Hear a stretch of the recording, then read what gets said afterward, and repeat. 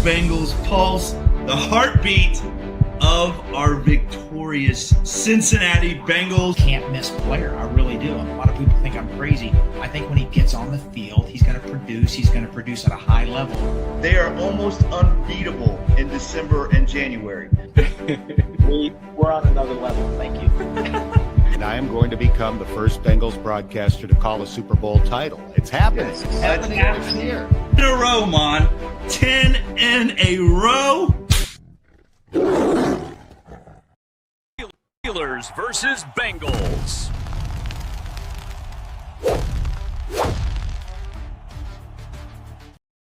Nice. I almost said something. I almost spoke. And then, Hooday Bengal fans, Hooday Bengal fans. This is the Bengals Pulse, the heartbeat of our Cincinnati Bengals. We are here pre-gaming it. Mon, Eric, myself, Jake. Thank you guys so much for joining us tonight. Wow.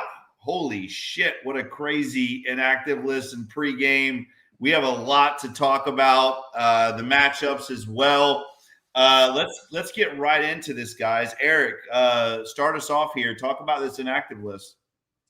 Yeah, it caught us by surprise, but maybe didn't catch us by surprise. I don't have it up on the screen yet, obviously. Jermaine Burton once again inactive. Very, very disappointing with Charlie Jones having some injuries and thinking that we could use a spark in the return game. Tanner Hudson, obviously, I think he has a concussion, so he's inactive. Trey Hendrickson, we kind of were hearing all week that his hip, we thought it was a back, but his hip was having issues and it would be hard to go. So he's inactive. Once again, McKinley Jackson. Matt Lee, surprising because who's our backup center? I know Lucas Patrick was activated. That's big news. So maybe he's our backup center. But the big one, and the one we've talked about quite a bit, is Cam Taylor-Britt, inactive, not just losing playing time, but a healthy scratch. Mon, what are your thoughts on that? Yeah.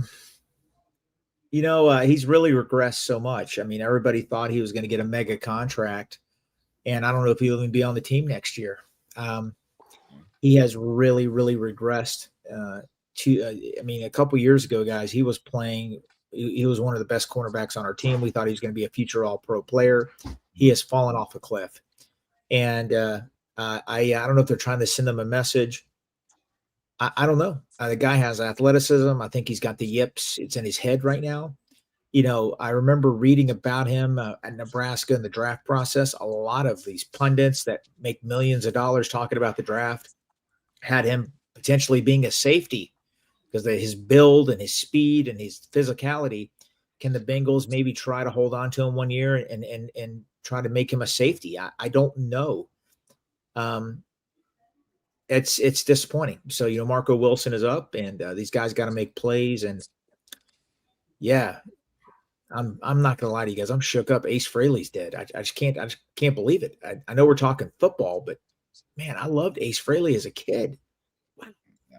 Yeah. So breaking news as we come on, go ahead. Talk more about that. I know it's you got your one of the founding members you got of hit with it. KISS, and he's just icon status, as a kid, the makeup, Space Ace, and the way, it was just, you idolized him. And, it was part of my youth, just like Johnny Bench and Ken Anderson were part of my youth. So was Ace Frehley, and it's a bummer. I'm getting old. These guys are dying. Yeah, it's crazy. It's crazy. You almost, for the KISS fans out there, they were almost immortal, I feel you. Rest in peace and thoughts and prayers to him and his family. That's a tough one. First Ozzy, and man, oh man, it's just it's been a rough couple years. Well, let me say Good this transition. Talk about the rough couple years for CTB. Yeah, let me talk about CTB and his rough couple years. Listen, I said this last week. He doesn't deserve to be on the football field, and I do think healthy scratching him is crazy. That's crazy work. I think benching him makes more sense to me. But healthy scratching him, obviously, Al Golden, I mean, you heard his frustration talking about it. He's not happy with him, and I think the Bengals are, they're trying to send a message. They're maybe doing the same to Logan Wilson. I'm not so sure I agree with the Logan Wilson one, and I'll tell you why. Because I think Barrett Carter looked like ass last week, so that doesn't make sense to me. Benching somebody for somebody who looked just as bad, if not worse. That doesn't make sense to me as a coach, and it's stupid. It's ridiculous. I don't understand the Logan Wilson thing at all, but the Cam Taylor-Britt thing, I completely understand. And hey, it's time for Fig. It's Fig's time now, and we all talked about Fig, before the season started, and we thought we were gonna see something great out of him. Now he's going to get a great opportunity, and but yeah, healthy scratch on Cam Taylor-Britt is crazy. That's taking it to a whole nother level. And obviously, the Trey Hendrickson one, that sucks. I mean, I know we're going to talk about matchups, but the Bengals have got to find a way to get pressure tonight on Aaron Rodgers, who has been very efficient this year with the football. We just can't go out there thinking Joseph Asai and that other group is going to just magically start pressuring the quarterback. We got to figure out a way, and hopefully Al Golden's got a plan set up to put pressure on Aaron Rodgers. This is going to be a long night, guys. It is not going to be a good night. I just want to add to that or talk about that because we roasted the Bengals for so long for playing players just because who they were or what they did in the past. And we were very critical of the Bengals for not benching players who weren't playing well. And we were critical of Logan Wilson and how he's played this year. We've been very critical of Cam Taylor-Britt the last year and a half. So we can be shocked that they're benching these players, but at the same time, we've been telling them to do this for a couple years now. Don't hang on to your Sam Hubbards just because they're Sam Hubbard. Don't let Logan Wilson stay out there just because you're paying Logan Wilson. So the other side of the coin is we've kind of been asking for this. So I'm okay with it because if a guy's playing like crap, let the young guys play. Because you know what? If they're both going to play like crap, I'd rather have the rookie go out there who's going to learn some things and get better, or we find out that he's not the future because why are we going to hang on to this guy just because we're paying him a big contract? Well, I mean, because I don't think we're at that point yet, guys, where I hope we're not trying to concede these games. Like Logan Wilson, we just signed him to he's getting paid some serious money. Again, it would be totally different if Barrett Carter went out there and flashed and just looked incredible last week, but he looked like shit. Like I understand what you're saying, Eric, and I don't completely disagree with the thought process of playing the young guys, but I don't agree with putting a young guy out there that just looked like he didn't belong on a football field just to do it. Like there's got to be I don't know. To me, there's no plan in place for this. It's like they're just kind of winging it at this point, and it's frustrating as a coach to watch that and watch how this personnel is being ran. We talked about it already. Mon talked about it too. Like Charlie Jones running him out there. The guy looks terrible. He looks absolutely terrible. He looks like 3 steps slower. And you have Jermaine Burton, who is a healthy scratch every week. I mean, the personnel thing, if Jermaine Burton's not going to play, get rid of his ass. But don't keep healthy scratching him for a guy that doesn't belong returning kicks, right, Mon?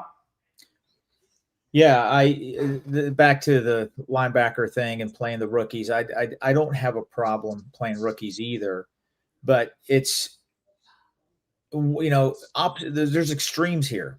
Last year they didn't play rookies at all, and we complained about it, rightfully so, because we haven't set up our roster and our players to succeed. They flipped it all the way to the other end.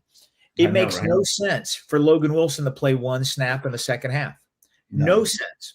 Hey, you can walk and chew gum, Duke and Zach. You should be able to give the guy significant snaps. Have Logan come in. That 19-yard touchdown run last week was unbelievable. I mean, but by the Packers, that hole was so big I could have run for it for a touchdown. what happened? Our rookie linebackers totally missed the assignment, missed the whole. Logan Wilson would have made the tackle. All right, maybe we would have held him to a field goal. I don't know. But still, those guys made a lot of mistakes, like you said, Jake. And, they can – there can be a mix where these guys are getting legitimate snaps, quality snaps, and you still keep your highest paid linebacker out there. If Logan Wilson gets one snap, just go ahead and trade him. Trade him right now. Fifth, sixth round pick. Just get rid of the guy. I mean, you sent the clear message. The vets in that locker room know. I listened to his interview. He's not happy. And, they're all in on the youth movement. If they're in on the youth movement, don't trade for Joe Flacco. Just, win 3, 4, 5 games, get a top 8 pick, and let's just move on. Yeah, I don't know that it's them being all in on the youth movement. And maybe this is the optimist in me, I see it as them trying to find anybody that'll come out there and put a spark and maybe win these games. It'll be different if Barrett Carter has another bad half, then he should be pulled for Logan Wilson. And if they leave him out there, then it's clearly we're rolling with the youth movement. If they put him out there and he doesn't succeed, and then they put Logan back in, then to me it's okay. We're just trying to find a spark. We're just trying to find a win a game. So it'll be really telling today how long of a leash Barrett Carter has if he does flop. Let's get into some of these matchups for the game because there are some big things to talk about. Obviously, Trey Hendrickson is out, but the big thing is Aaron Rodgers this year, and I don't have the stats right in front of me, but when Aaron Rodgers gets pressured, he is not doing well. So to me, one of the big keys of the game is being able to put pressure on Aaron Rodgers. So I'll throw it to you guys. How do you think that we're able to get pressure, or can we get pressure on him? Shamar Stewart is back. Joseph Osai, Miles Murphy. Do you guys think those guys could step up tonight and maybe expound on what you've seen so far? Mon, we'll go to you first for it. Yeah, I agree with you. They are going to have to make plays. We just complained about the Bengals starting all these players. Well, the Steelers did it last year on their offensive line. They had 3 rookies on that offensive line playing, and one of them was hurt, so he missed most of the season. But they started 2 rookies, center and a guard, and they had a second-year player starting a tackle. So there's a youth movement there. So those guys are still learning that position. So hopefully Shamar Stewart and these Bengal players can take advantage of it. But if you notice, you've been really watching the Steelers, what they've done this year. They're playing with an extra offensive lineman. They're playing with 6 offensive linemen instead of 5. So it's going to be interesting. They're trying to generate more of on the run game, and they're trying to protect Rodgers because they know he's not the Rodgers from 10 years ago. He's limited mobile-wise, so they're doing everything in their power to protect him because he's still got an arm. He's got a good arm. And if you can keep him clean, he's going to do some damage. So they're going to have to find some ways to get pressure. I wouldn't be surprised if the Bengals blitz. I know they're not a blitzing team, but they're going to have to blitz. Hopefully our defensive players don't trip over each other's feet and do something stupid like they've done the last 3 weeks. You can tell they don't blitz much, but they're going to have to generate some pressure. If they do, I like our chances. I like it a lot. I like our chances anyway because playing in Cincinnati on prime time, I think we're already up 7-0. The game hasn't even started. Jake? You just sit there and you name those players. I just don't have faith in those guys. Shamar Stewart has played limited amount in his career. Miles Murphy has 3 sacks in the last couple of years. We're talking about Joseph Osai. We're talking about these guys that there's a large enough sample size. They're not able to create pressure when Trey Hendrickson is on the other side of them. I have little to no faith that those guys are going to create pressure tonight. I think the Bengals are going to have to blitz heavy, and maybe that's why Barrett Carter is starting tonight. I don't know. It still doesn't make sense to me, but the Bengals are going to have to blitz heavy. Listen, Aaron Rodgers right now is at a 70% completion percentage, and I make fun of Aaron Rodgers because I do think he's a clown. But 10 touchdowns to 3 interceptions, he's thrown for over 1,000 yards.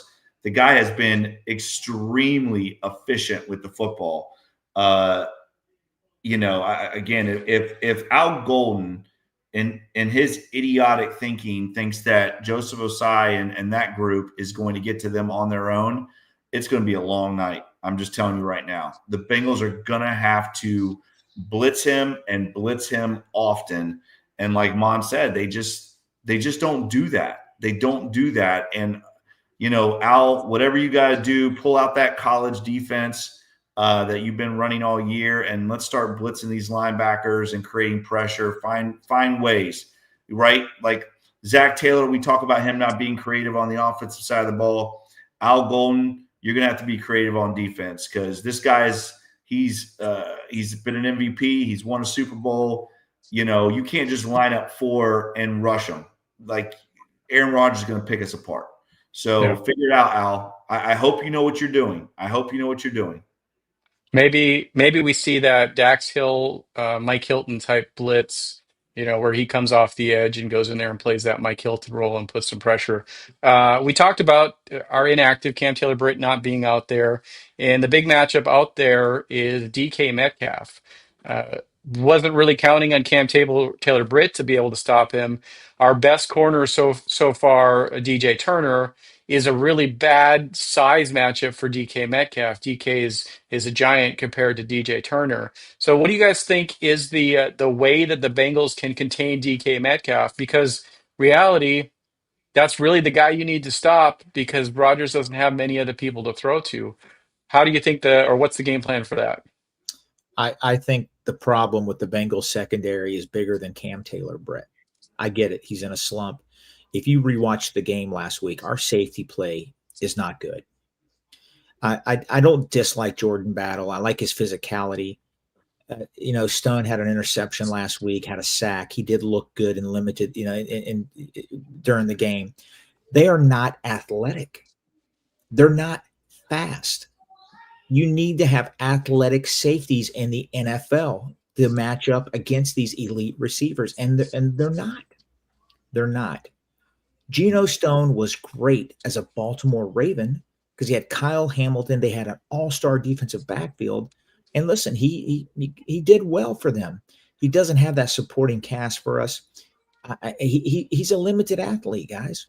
And we need to be faster. We need to be more athletic back there. Put PJ Jules back there. I know everybody's so down on Dax Hill. Dax Hill's our corner. He's one of our best players on the team. I get it. The guy had half a year at safety. It's like they gave up on him. He was drafted as a safety. Give the guy time to develop and see what happens. He's supposed to be our Jesse Bates. And I just think we need better safety play because I think that is the problem with our defensive backfield. So to answer your question, our safeties have got to help out. And I think that alone with their lack of athleticism, I think it could be a problem. Now, how do you counter it? Pressure, like we talked about. That makes every defensive back look better. And I think, I think I texted this last week. DJ Turner has looked great in man coverage. He has looked great. And he's, again, we can throw all the stats out there. I am loving when he is in man coverage. He looks like he is so much more comfortable than when we try to put him in any type of zone coverage. I like putting DJ Turner on Metcalf, and I like playing some kind of a man free with a safety rolled over DK Metcalf. Because guys, listen, I'm gonna tell you right now, looking at these stats right here, Aaron Rodgers has completed 95 passes all year. 32 of those have been to running backs. The 19 more of those has been to DK Metcalf. After that, there is a huge drop off in production, right? It's those two running backs, Gainwell and Warren, and DK Metcalf. Jonnu Smith, the tight end that they got from Miami, he's got 17 catches for 89 yards. He's averaging 5 yards a catch. Like tight ends, running backs, that's where Aaron Rodgers is going with the football. And then, again, you just got to really take DK Metcalf out of the game. I think the Bengals put DJ Turner on him, man. Give him some safety help over the top and cover those running backs out of the backfield and cover those tight ends. And the Bengals got a chance tonight. But, again, I'm going to go back to saying what I said before. If the Bengals do not get pressure on Aaron Rodgers tonight, it is going to be ugly. And the other thing that we haven't even talked about is tackling. And, again, this is one of those games, right, against this team that you have to swarm and get to the football. You have to tackle well against the Pittsburgh Steelers. If they start breaking tackles, guys like DK Metcalf and Gainwell and Warren, if those guys start breaking tackles, it's going to be a big-time play, right? DK Metcalf, we've seen. He is a grown man out there. If you don't tackle him right away, a 10-yard gain or an 8-yard gain is going to go 60 yards for a touchdown. So the Bengals have got to tackle tonight, and they've got to put pressure on Aaron Rodgers if they want any chance to win this football game. So in your answer might be the reason that Barrett Carter's out there. If they're throwing to the running back so much, we did hear that Barrett Carter was supposedly the best coverage linebacker in this year's draft. Maybe that's why Barrett is getting the nod because they are expecting him to be able to cover those running backs and or tight ends. Hopefully that's the case. Hopefully he has success. Moving to the other side of the ball, all we ever do is talk about the Bengals offensive line. Big matchups today. You know, TJ Watt is the one that everybody talks about for years, but Herbig has been better for them this year and has produced better. So we'll get you guys give me your thoughts on our offensive line versus Herbig. I think Harmon's there, Cam Hayward, TJ Watt. That's an impressive defensive lineup that they have. Can the Bengals O-line step it up against them? They have to. They have to. I think the Steelers. I know we're 5-5 of the last 10 games, but they always make impact plays, cause turnovers. Remember 2023 when Browning was actually playing pretty well, led the Bengals to a 4-3 record after the Burrow injury. His two worst games were against the Steelers. The Steelers just destroyed him. You know, Mike Tomlin and his coaching staff, they attacked the weaknesses of that offensive line and they put pressure on the quarterback, and that's what they're going to do tonight. Herbig. The Steelers have run the same defense for 30 years. They draft and they plug and play. Herbig is another. He's a clone of TJ Watt, and Keanu Benton. Defensive tackle. They draft big defensive linemen because they play a 3-4 defense. And man, I mean, they draft for their system. They've had that system. That's their identity. And that's why they, a lot of times they rarely have misses because they're drafting for a system. I hope one day the Bengals could have that. I really do, because I don't know what the Bengals defense is, and the offensive line has to be ready. I don't know left guard if Reisner's playing, if Patrick's playing. I don't know if Fairchild's going to be active there. I guess we're on Twitter. They're going to be starting 2 guards. Mike Tomlin will target them. Hopefully Zach Taylor is prepared for it.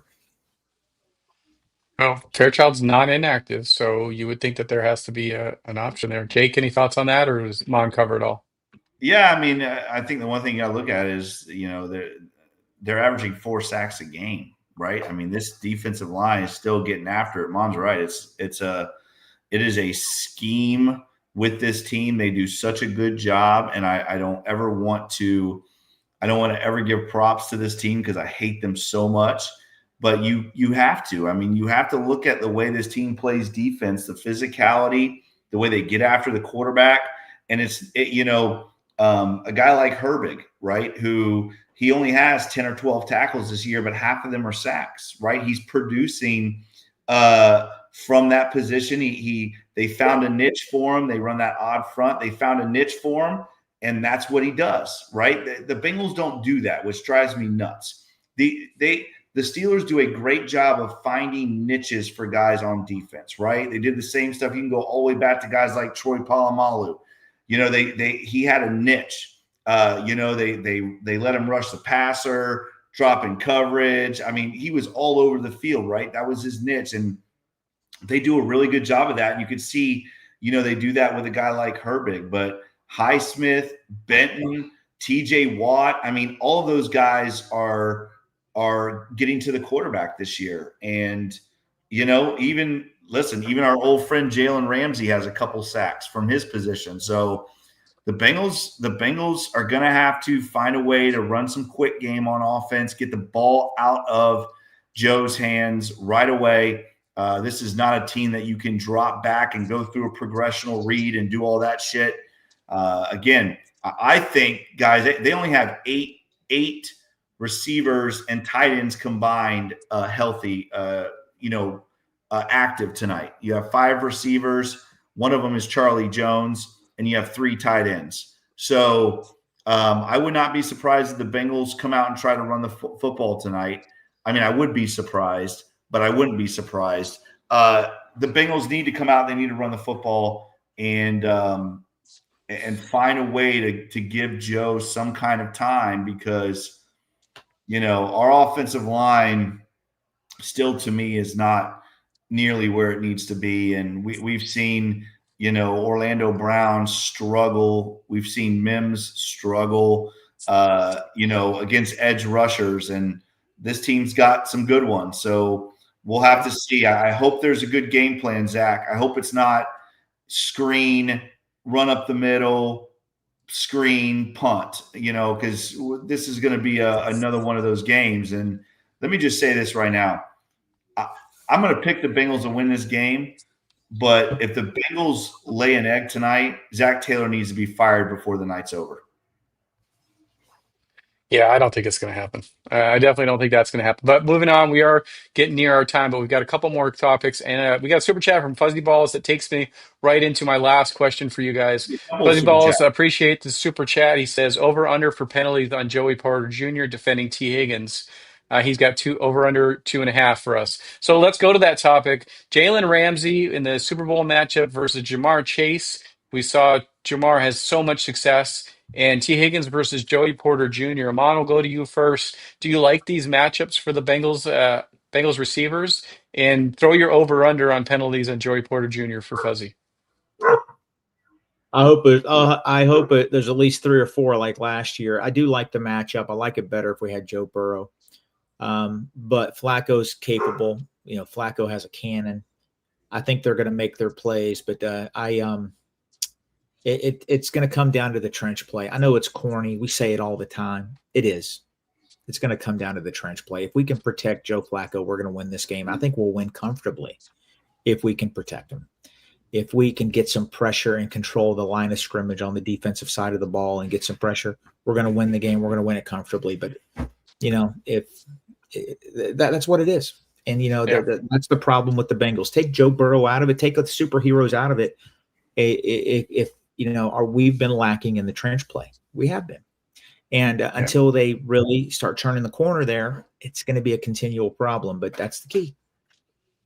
Jake, quickly over/under on Joey Porter pass interference penalties. Yeah, I mean, listen, Joey, we all know how that guy plays. And, Just like his dad. Just like his dad, right? He's a dirty player. He's going to put his hands on people. And,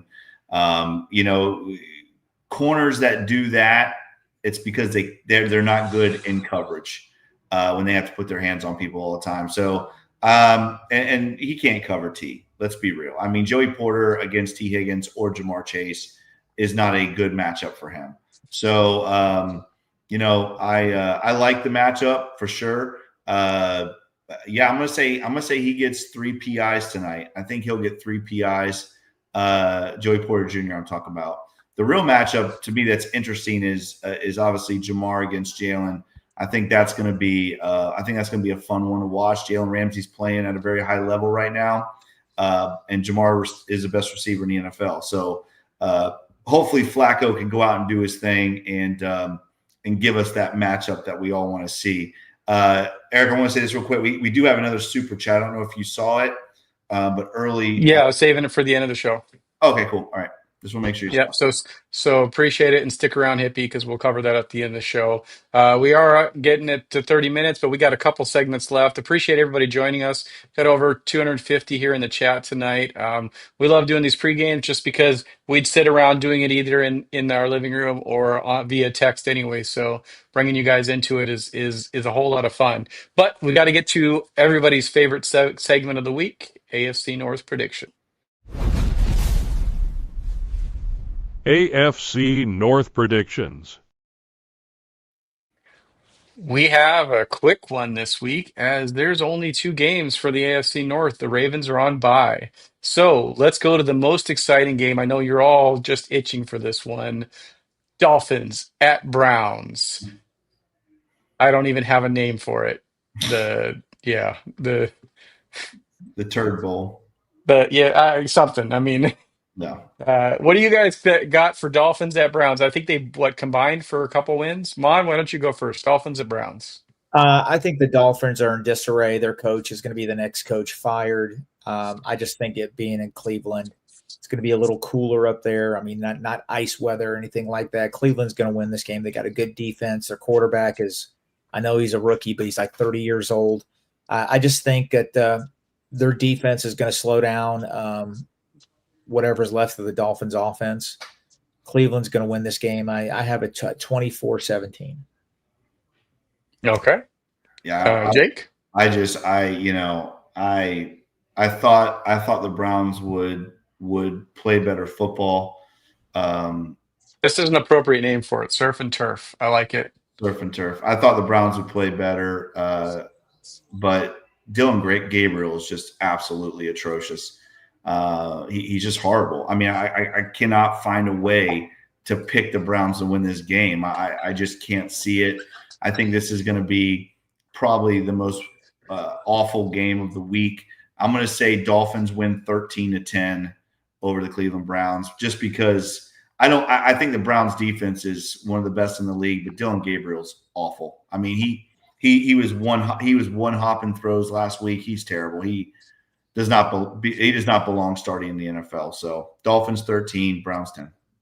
Maybe this is the time where we see Shedeur Sanders get his opportunity to play. You know, at some point they got to throw him in there, and can't be worse. I mean, as a Bengals fan, I love to watch it, but can't be worse.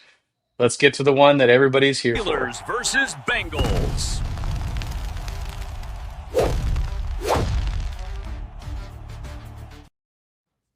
I like how the Steeler helmet turns to the Bengal helmet. Yeah, I couldn't get that to erase it, but I'm like, you know what? We're gonna take them out so bad that they're gonna turn into Bengals fans, and that's what they'll do. Okay, the big stat here: Steelers on Thursday Night Football are 1-9 on the road. That's a big thing for me. I kind of cringe when I see some of those things because I feel like sometimes these trends end up breaking themselves. But talk about, your final thoughts on this matchups and give us your predictions. Jake, give us 90 seconds, final thoughts and prediction. Yeah, I mean, again, this is a must-win game for the Cincinnati Bengals, right? I mean, Zach Taylor's job has got to be on the line. It really does. I mean, I don't think you see them making all these crazy moves if Zach Taylor is not at this point. He's just like all in, right? He's just throwing all of his cards in and hoping something falls. I think the Bengals win this football game. I really do believe that because I do think it is a must-win game for the Cincinnati Bengals. I'm going to say the Bengals win this game 28-24. Bengals win, and I think Zach's job is saved for one more week. I just think the Bengals players know they have to win this football game. And if you look at it, guys, down the stretch, if the Bengals do win this football game, they could get right back into this thing very quickly. So, Bengals 28, Steelers 24. Huh? Can you guys hear me? I didn't hear like the last 10 seconds of Jake is just chopping up. I guess I have a bad connection. I'm good. Yep. You're good. Yep. All right. Jake had mentioned something about Zach Taylor earlier, and I agree. I think this is a primetime game. We know the stats. Teams that play at home in primetime have a big advantage, huge advantage. So Cincinnati should have that advantage tonight. The spotlight is on the city. It's on the players. It's on Zach Taylor and his coaching staff. Yeah. If the Bengals get smoked tonight, he won't be fired tomorrow. Cincinnati doesn't operate that way. But I think, the die is going to be cast. If they get smoked tonight in prime time, if you can't get your team ready to play in this atmosphere in Cincinnati, you deserve all the criticism in the world. I don't think it's going to happen. I really think that this team is going to play. They're going to play hard. I think they're going to make some plays. There's some players we've been waiting on to make plays, and they're going to do it tonight. I think the Bengals are going to win 28-24. It's going to be a close game. They're going to pull it out and win it. Bengals are going to be 3-4 in the season's going to be reset a little bit because we have some very winnable games coming up, and the Steelers have some very tough games coming up. So we'll see. Jake, you said must win. It is must win. If we get smoked tonight and lose, start trading some players, not the elite ones. Fire sell, because I'm sorry, man, we're cooked. We can't. Are you sure you didn't hear my last sentence? Because I picked it before. I feel like Mon said that first, just to try, just so he could say the same thing. Okay. Just so he could No, say, I swear to you, I didn't hear the last 10 seconds. Did you say 28? We can't. Okay. We have to turn around. 28-21. 28-21. You can keep. We have to turn. The season has to turn around. Like I say, it's Zach's job, but it has to turn around. I need the city to be electric. When I'm going to be up there next week for the Jets game, the city has to be electric. Cincinnati, there's nothing like Cincinnati when the Bengals are doing well. And I look forward to another nice road trip up to Cincinnati and getting to leave there and coming out of there really, really up and right back in this thing. And I think Joe Flacco is going to get there. Let's get to this super chat. And there's another comment in here I want to throw up too. But Hippie Prophet through the super chat earlier, Bengals have their litany of problems. We know them well, but for tonight, it's the Steelers. F the Steelers to the end of time. Who dey, guys? Couldn't say it better. It's the Steelers. You have to find a way to win in Cincinnati. Send all those Steelers fans home that they'll turn their Steelers helmet into a Bengals helmet, just like the graphic did. You can't, we get up and down on the Ravens because of how their fans are, but the Steelers are still the big bad guys that we have to exercise those demons. Dude, you got to put Crypt Keepers. Yes, Hippie, thank you so much for that. We appreciate it. Thank you, You buddy. gotta put up We Crypt appreciate Keepers. super chat. So this is the one you want from Crypt Keeper? Can you read it, Mon? Mon, you want to read it or you want me to read it? Go ahead. The Bengals are Mon's stash tonight. Solid, magical, aggressive, and in your face. 2 claps and a Ric Flair. Two claps. Woo! There you go. There you go. Hey, put the super chat back up real quick. Can you? Yeah. You know what? I just want you to know something. There's 5 teams I despise the most on planet Earth. Okay. Number 1 on that list is the Steelers. Number 2 is the Duke Blue Devils. Number 3 is the St. Louis Cardinals. Number 4 is the Boston Celtics. And number 5 is the Florida Panthers. All right, but Pittsburgh, you're number 1. You just added Florida Panthers the last 2 years. I did. They're mean. They're not nice people. No, thanks, Hippie, for the thank you, and thank you everyone for joining us tonight. You guys are just awesome. Like we didn't know what it was, what kind of look we were going to get doing pre-games, and you guys have just been incredible. This has been truly therapy for the 3 of us being able to come on here before the game and talk to you guys. I'm going to tell you, and this is part of what we just talked about, guys. This team needs a win bad. I mean, bad. The city needs a win bad. I mean, losing 4 in a row is unacceptable. Losing 5 in a row, I really think the talk about Zach Taylor is going to start to happen. And it probably won't happen until the bye week. But this team needs a win because there's a lot of people, I think, that are losing belief in this team if they haven't already. You can see it in people's faces, players, coaches. It's not good right now. Yes, Mom. Timeout. No, you're right, Ariel. I'm not interrupting you. What you're saying is true. But there's a lot of people in the chat from West Virginia, and West Virginia is playing in Florida this weekend against UCF. That's an easy win for us. It's like in Orlando. And unfortunately, it is going to be an easy win for UCF because West Virginia is terrible this year. And I'm still rooting for them. I'm not going to the game, but UCF's going to smoke them. Rich Rod, go back to Michigan. Yeah. All right, guys. We do have to get out of here because we got to go and get ready for the game. One last comment up here. Mon, people love your blanket. If you saw on Twitter or Instagram, Mon's got a really cool Bengals t-shirt and other t-shirt blanket. Check that out. Maybe Mon can start selling them. I didn't see a Bengals Pulse logo in there. I could have hooked her up on that. There's a $30, man. I can't cut that up. Oh man, I got I got logos. I could have ironed on a $10 shirt for you. I'll put it on the back, no problem. Hey guys, we are going to be back live the moment the clock hits 0, and we're going to be ready. We're going to be celebrating. Someone asked earlier if we're going to be crashing out later. You know what? We're not talking about that. You know how it goes if we lose, but we are on the positivity train. Although that Zach Taylor duck video that I created has almost 4,000 views on TikTok. I'm not thinking about it tonight because I believe that somehow Zach Taylor is going to learn how to call plays. This Bengals defense is going to step up. The offense is going to step up. And if I'm wrong, I'm wrong. I'll be pissed off. But you know what? I expect to win, and I expect to see Mon eating ice cream cake on camera after the game. With that, Jake, take us out of here. All right, guys. As always, if you like this podcast, make sure you like, share, and subscribe to this podcast. Make sure you check out all the awesome podcasts right here on the Wednesday Night Podcast Network. And make sure you check us out on Apple, Stitcher, Spotify.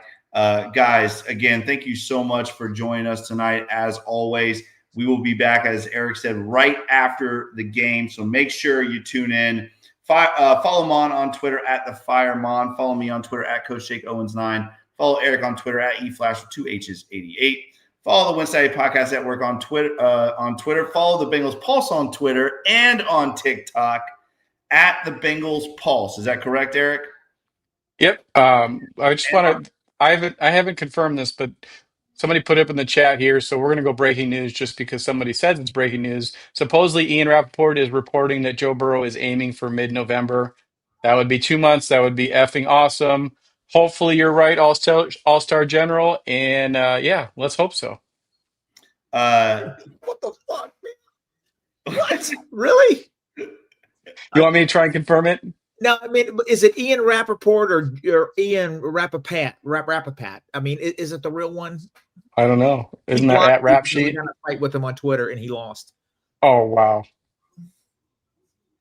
Well, listen. In the immortal words of Kiss, let's rock and roll all night, right? Let's do this, Bengals. Let's do Shock this. me. That shocks me right now. Shock me. All right. Yeah, that was Joe Burrow is on the sidelines tonight, they say.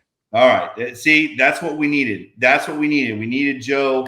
We needed Joe on the sideline. Give this team hopefully a jump start here. All right, guys. We will see you right after the game.